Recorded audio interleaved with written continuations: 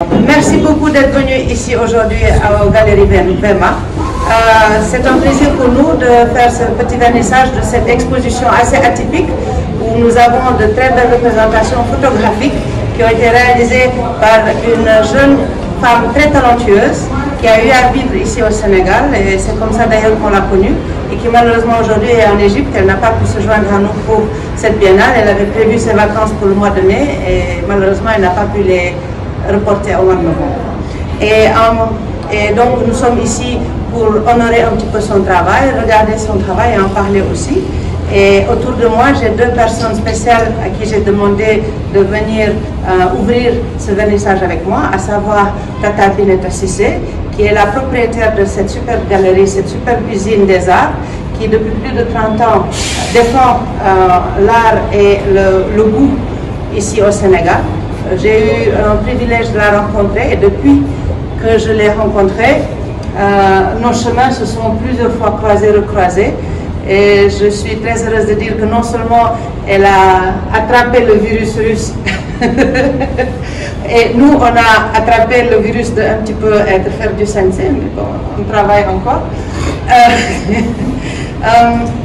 Et à ma gauche, nous avons Natacha Thiam, qui est une dame qui a fait son parcours professionnel ici au Sénégal en tant qu'architecte.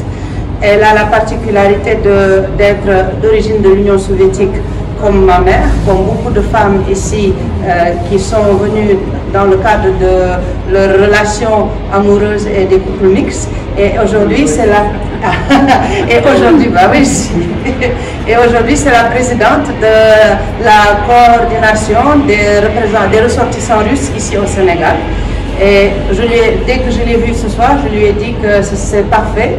Parce que la dame qui a fait ces photos et qui est ici, qui s'appelle Elena Arkhangirskaya, elle a vécu ici au Sénégal et durant son séjour ici, elle faisait partie de notre groupement de ressortissants. Parce que quoi qu'on le dise, on ne le mentionne peut-être pas assez, nous avons à peu près 200, 300 personnes ici qui vivent. Parmi elles, il y a des Russes qui viennent travailler, il y a des Russes qui viennent en intermittence pour plein de raisons, mais il y a aussi des Russes permanents qui sont ici avec leurs enfants métis et qui grandissent ici et qui vivent toute leur vie ici, deviennent des Sénégalaises, des Sénégalais et qui, comme moi, ont ce métissage dans le sang, dans les habitudes, dans la vie. Et ce genre de rencontre, ce genre de présentation nous permet de faire travailler un petit peu notre mélancolie. Une blanche qui a grandi en Russie, qui a un parcours assez atypique diplomate, quand elle est venue en Afrique, elle est tombée amoureuse et elle a commencé à développer cette relation photographique entre elle, sa vie et tout ce qu'il y a autour d'elle. Et donc je vous encourage de regarder, de questionner. Elle a fait exprès de faire des petits messages dans lesquels elle racontait la période de sa vie où elle était. Et ça c'est très marquant parce qu'on se rend compte que quoi qu'on nous dise, notre vie passe tellement vite que c'est seulement ces moments incroyables qui jalonnent notre vie qui font de nous l'histoire que nous sommes. Donc sans plus tarder, je vais passer la parole d'abord à Natacha, notre présidente, et ensuite à la patronne et la chef de famille, Bineta. De l'amour et parce que nous, en tant que citoyens sénégalais, on ne remarque pas cette beauté. On passe à côté, on regarde les... Oui, c'est joli, c'est beau, mais c'est surtout nos invités qui viennent ici au Sénégal qui voient la beauté de notre pays. C'est le mien parce que depuis 41 ans, je suis là. J'ai mon fils qui est sénégalais, moi je suis sénégalaise, mon mari est sénégalaise, donc je le considère comme ma deuxième patrie. Donc voilà, je vous remercie beaucoup. Bineta Cissé, je vous souhaite la bienvenue.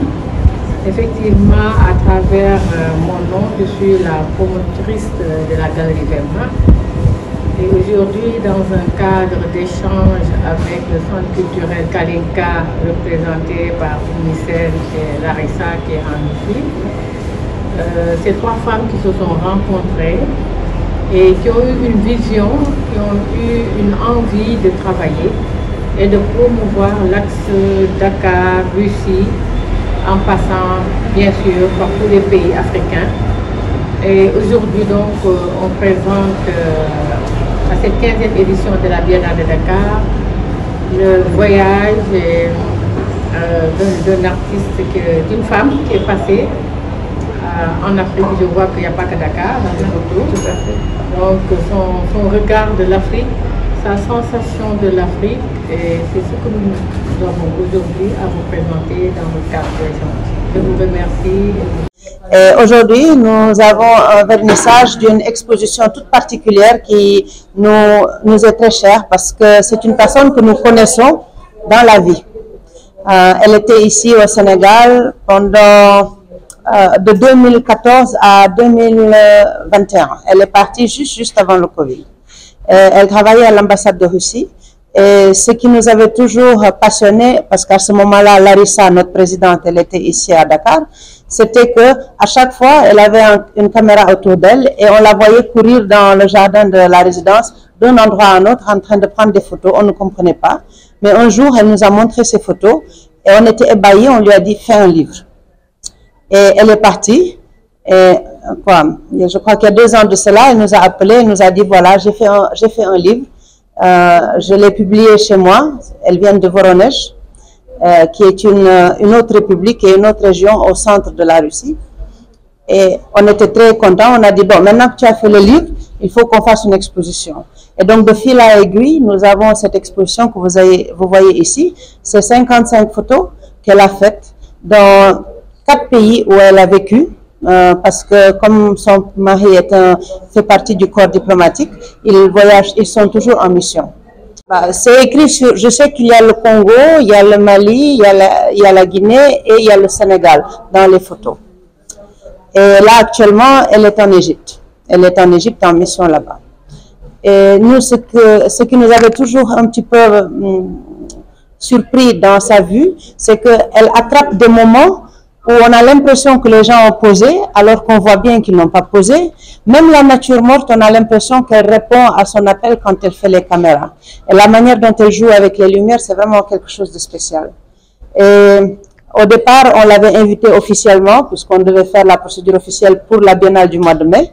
On avait tout obtenu, elle allait venir et tout. Mais bon, maintenant au mois de novembre, elle n'est pas là, mais je crois que chaque personne qui viendra ici et qui remplira le cahier d'or, ce sera un hommage pour le travail qu'elle a fait.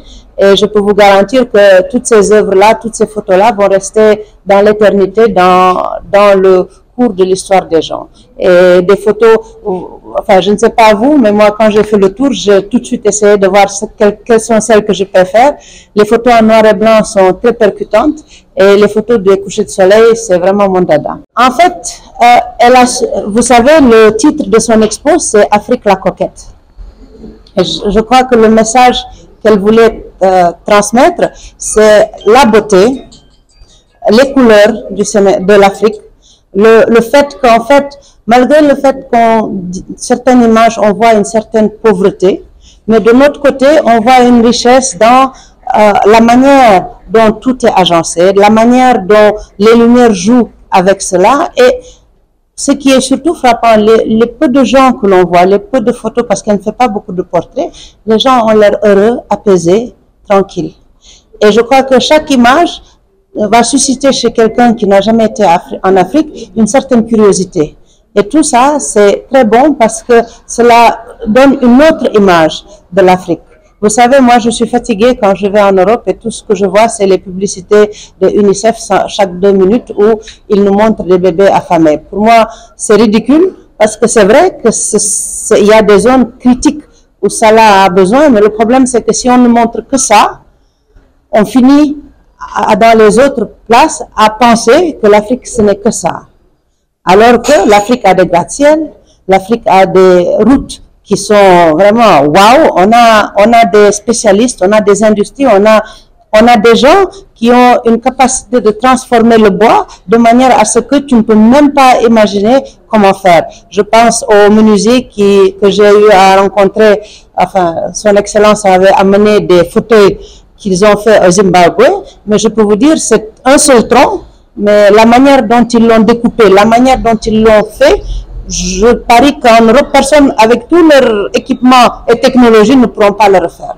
Et c'est ça, je trouve que c'est ça le message important des photos d'aujourd'hui, parce qu'elles montrent une certaine esthétique, une certaine coquetterie, un certain laisser-faire très beau que l'on ne voit pas tout le temps. Et j'invite tout le monde qui vient ici à l'expo de prendre le temps, de ne pas juste parcourir rapidement, mais de prendre le temps d'essayer d'imaginer dans chaque image qu'est-ce qui aurait été autour. Et est-ce que ça te rappelle quelque chose, toi, de ton enfance? Qu'est-ce que ça te rappelle de ta vie de tous les jours ou de ta vie passée? Et c'est ça qui est beau, en fait. Parce que nous, comme l'a dit tout à l'heure Natacha, on vit ici, on s'habitue à ce qui se passe, on a l'impression que c'est notre train-train habituel, alors qu'en fait, il y a tellement de choses de beau autour de nous, et surtout notre jeunesse. Notre jeunesse d'aujourd'hui qui, vaille que vaille, va prendre une pirogue, quels que soient les sacrifices à faire pour aller en Europe, elle ne voit pas tout ce qu'il y a ici.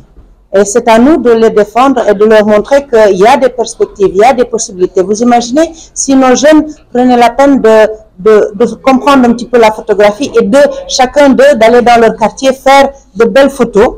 Ça, ce sont des expositions qu'on peut amener à l'étranger et ça, c'est des perspectives de carrière qu'on peut offrir à des jeunes.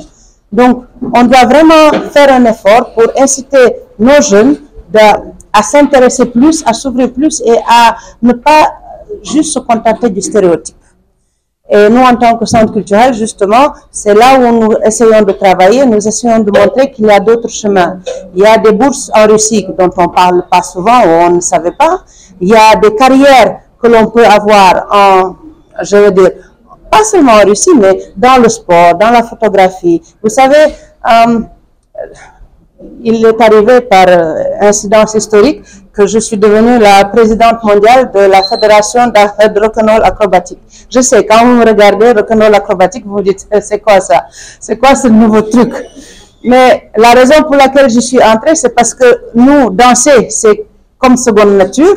Faire du sport, notre jeunesse ne fait que ça. Et pourtant, nous ne sommes pas dans les compétitions internationales de danse. Nous ne sommes pas dans les compétitions internationales de disciplines sportives qui existent, qui ont des sponsorings, qui ont des soutiens, qui font le tour du monde pour défendre leur pays. Et nous, nos jeunes ne le connaissent pas. Eh bien, la photographie, c'est pareil. La digitalisation, c'est pareil. L'expression artistique, c'est pareil. Nous n'avons pas assez d'écoles autres que l'école traditionnelle et classique qui font qu'on n'ouvre pas assez de portes à nos jeunes. Et c'est là notre bataille d'aujourd'hui.